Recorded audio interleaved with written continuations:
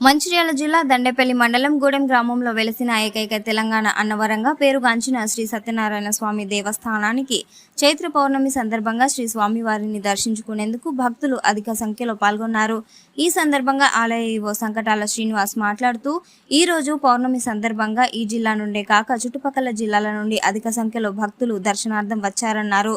సుమారు 185 జంటలు శ్రీరామ సత్యనారాయణ స్వామి వ్రతాలు చేసుకున్నారన్నారు. సుదూర ప్రాంతాల నుండి చేసిన భక్తులు వ్రతాలు ఆచరించిన తర్వాత దేవాలయ ప్రాంగణంలో వంటలు చేసుకున్నారన్నారు.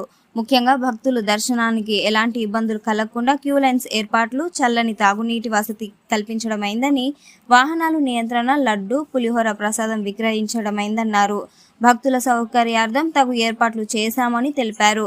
భక్తులు దేవస్థానం తరఫున సుమారు 800 మందికి అన్నదాన కార్యక్రమాన్ని నిర్వహించడమైందన్నారు. భక్తులు ఎలాంటి ఇబ్బందులు కలగకుండా ఆలయ అర్చకులు మరియు సిబ్బంది విధులు నిర్వహించారని తెలిపారు.